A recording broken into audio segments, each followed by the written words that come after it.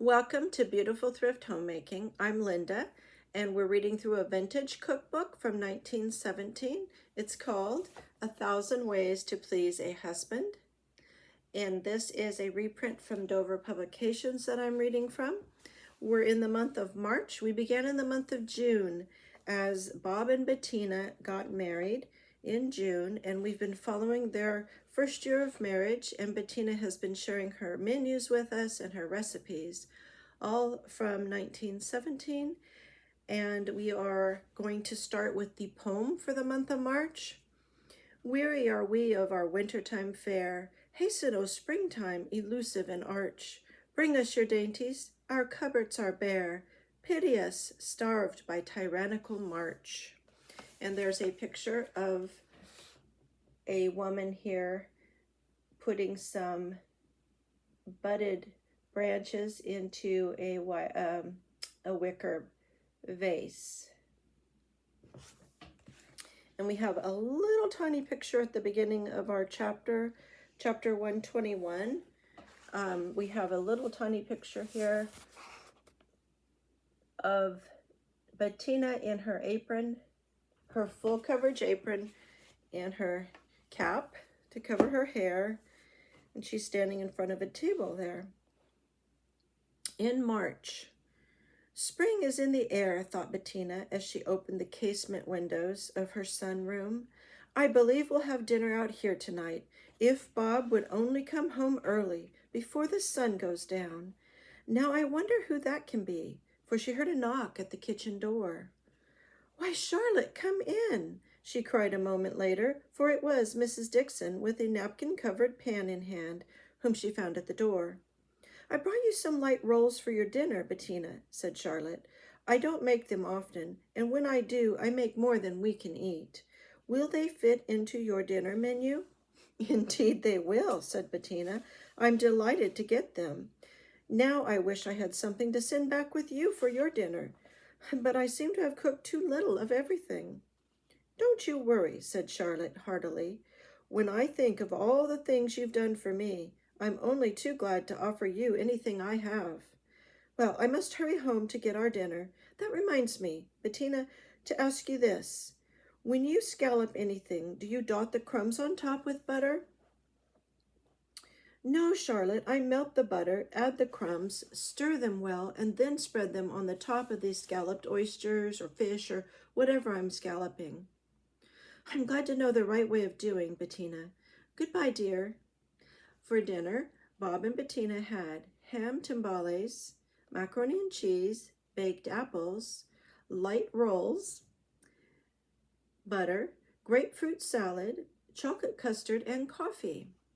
In this chapter, we have Bettina's recipes for the ham timbales, the grapefruit salad, the chocolate custard, and we will look at those in detail. We'll look over the ingredients and the instructions after we read the next chapter, which is 122, A Fireless Cooker for Aunt Lucy. Well, Uncle John, hello, said Bob as he came into the kitchen. Is Aunt Lucy here too? No, she isn't, said Uncle John, shaking his head solemnly. And the fact is, I shouldn't be here myself if it weren't for a sort of conspiracy, eh, Bettina? That's so, Bob, said Bettina, coming in from the dining room, her hands full of dishes. And now I suppose we'll have to let you in on the secret. Uncle John has just bought a beautiful new fireless cooker for Aunt Lucy. Haven't you, Uncle John? Well, said Bob heartily, that's fine. How did you happen to think of it? Well, Bob, she's been dreading the summer on the farm, not feeling so very strong lately, you know, and this morning she was just about discouraged. It's next to impossible to get any help out there. She says she's given up that idea, and at breakfast she told me that if the spring turned out to be a hot, uncomfortable one, she believed she'd go out and spend the summer with Lim's girl in Colorado. I naturally hate to have her do that, so I concluded to do anything and everything I could to keep her at home. I telephoned to Bettina, and she promised to help me. The very first thing she suggested was a fireless cooker, and we bought that today. I believe your Aunt Lucy'll like it, too. For dinner, Bettina served meatballs with egg sauce, baked potatoes, creamed peas, marshmallow pudding, chocolate sauce. And we have the recipes for her meatballs, her egg sauce for the meatballs, and her marshmallow pudding. Now that's an interesting thing to think about. All right, so let's look at all these recipes for these two chapters here. And we'll see what... We'll notice that in this book, because it's just Bob and Bettina, and sometimes some guests, but they have small meals in small portions. So the ham timbales recipe is for 3 timbales. 1 cup ground cooked ham, 1/3 cup soft breadcrumbs, 1/4 teaspoon salt, 1/4 teaspoon paprika, 1 egg, and 1/2 cup milk. Mix the ham, salt, crumbs, and paprika. Add the egg, well beaten, and the milk. Pour into a well-buttered tin or aluminum individual molds. Place in a pan of hot water and bake in a moderate oven for 30 minutes. Unmold on a platter. Serve hot or cold.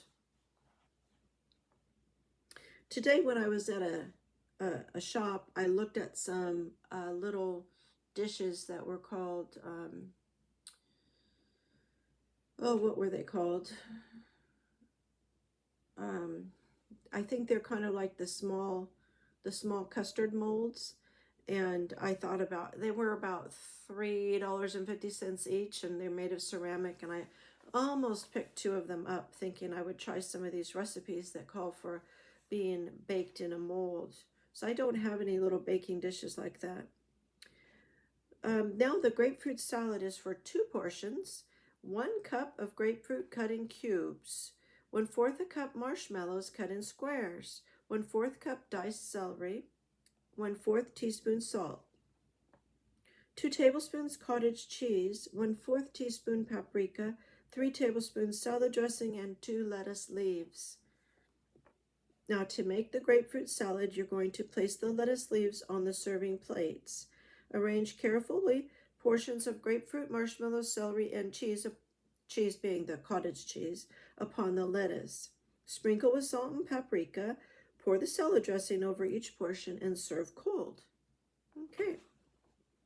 Now for the dessert, the chocolate custard for 2 portions. You use 1 cup milk, 1 large egg, 4 tablespoons sugar, 1/3 square of chocolate melted, 1 tablespoon water, 1/2 teaspoon vanilla, and 1/8 of a teaspoon of salt. You're going to cook half the sugar, which was 4 tablespoons of sugar. So you're going to cook 2 tablespoons of sugar with the chocolate and the water until smooth and creamy, 2 minutes. I think we probably might do that in the microwave very carefully in our time. Add the milk while the mixture is hot. Stir until smooth. Beat the egg. Add the rest of the sugar and the salt. Add to the custard mixture. Mix well. Pour into 2 well-buttered custard molds. Place the molds in a pan surrounded by hot water. Set in a moderate oven, which is 325 to 350 degrees Fahrenheit. And cook until a knife piercing it will come out clean, generally 30 minutes. Allow to stand 15 minutes in a warm place, unmold, and serve cold. Okay. So I wonder what the difference is between a pudding and a custard in this case. Maybe just the egg. All right. And so here in this chapter, we had Charlotte coming by, and her name is Mrs. Charlotte Dixon, and she's a little bit older than Bettina. Her husband works with Bob at the office, and so that's how they met. And Charlotte and her husband were living in a hotel when Bettina met Charlotte, and she encouraged her to begin homemaking and helped her to find a house to rent, and then they ended up, I believe, buying the house. And she helped her to get started on her homemaking because Charlotte had been raised in a hotel and was used to eating in a dining room or, the hotel restaurant and such for her meals. So that was interesting because I don't think there's many people today in the United States who live a life like that. But Charlotte is really enjoying homemaking and making meals, and here she's sharing her rolls that she's learned to make with Bettina and Bob. And then Uncle John came over, and he's going to buy a fireless cooker, and he did. In fact, Bettina encouraged him, and we learned about the fireless cooker in an earlier chapter.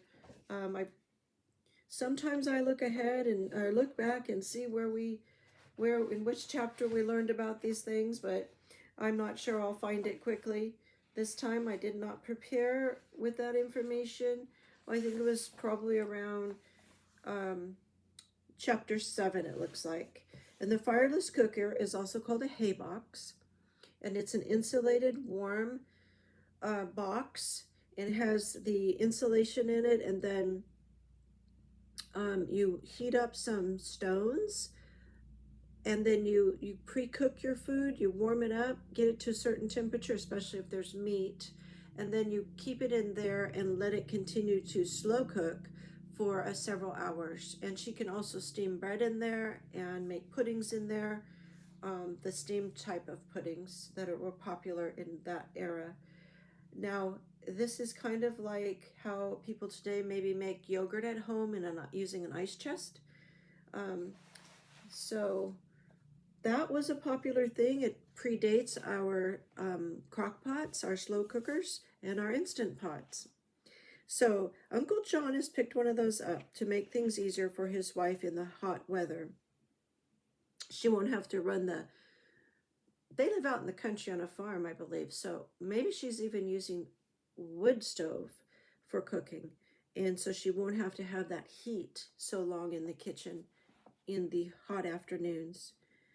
So for meatballs, the 3 portions, there's 1 cup of raw beef cut fine, 1/4 cup breadcrumbs, 2 tablespoons of milk, 1 egg yolk, 1/4 teaspoon salt, 1/4 teaspoon paprika, 1 teaspoon chopped parsley, 1/4 teaspoon onion salt, 1/4 teaspoon celery salt, and 3 tablespoons of bacon fat. Soak the crumbs, milk, and eggs together for 5 minutes. Add the beef, salt, paprika, parsley, onion, and celery salts. Shape into flat cakes 1 inch thick, 2.5 inches in diameter. Place the fat in the frying pan, and when hot, add the cakes. Lower the flame and cook 7 minutes over a moderate fire, turning to brown evenly. Serve on a hot platter. Garnish with parsley. Serve with egg sauce. All right, so these meatballs are kind of like, I would say, like hamburgers. All right, so the egg sauce for the topping for 3 portions is made with 3 tablespoons flour, 2 tablespoons butter, 1 teaspoon chopped parsley, 1 cup milk, 1/4 teaspoon salt, 1/4 teaspoon paprika, 1 hard-cooked egg cut fine. That would be a hard-boiled egg. Melt the butter, add the flour, salt, and paprika. Mix well, add the milk, and cook for 2 minutes. Add the hard-cooked egg sliced or cut in small pieces. Serve hot with the meatballs. All right. So that's kind of like a white sauce with some hard-boiled egg in it. And then also there's that paprika in both those recipes that keeps cropping up in her recipes throughout the book. Now we have our marshmallow pudding to round out the meal. As you see in most of these menus, if not all of them, there's some type of bread. There's a dessert of some sort also. Almost always. And almost always she serves coffee also with her dinner, which wasn't in the menu today. Marshmallow pudding 3 portions is made with 2 teaspoons of granulated gelatin, 2 tablespoons cold water, 1/3 cup sugar, 1/2 cup boiling water, 1 teaspoon lemon extract, 1 teaspoon vanilla, and 1 egg white. To make the marshmallow pudding, you'll soak the gelatin in cold water for 3 minutes, add the boiling water, and when thoroughly dissolved, add the sugar, then allow to cool. Beat the egg white stiff. When the gelatin begins to congeal, beat it until fluffy. Add the extracts, which would be the lemon and vanilla extracts. And then the egg white. Beat until stiff. Pour into a moistened cake pan. When hard and cold, remove from the pan, cut in 1-inch cubes, and pile in a glass dish. Okay, so here we have a gelatin that is cut into the 1-inch cubes and piled into a glass dish to serve, and it's a marshmallow pudding. I hope you enjoyed those. Thanks for joining me, and I'll see you again.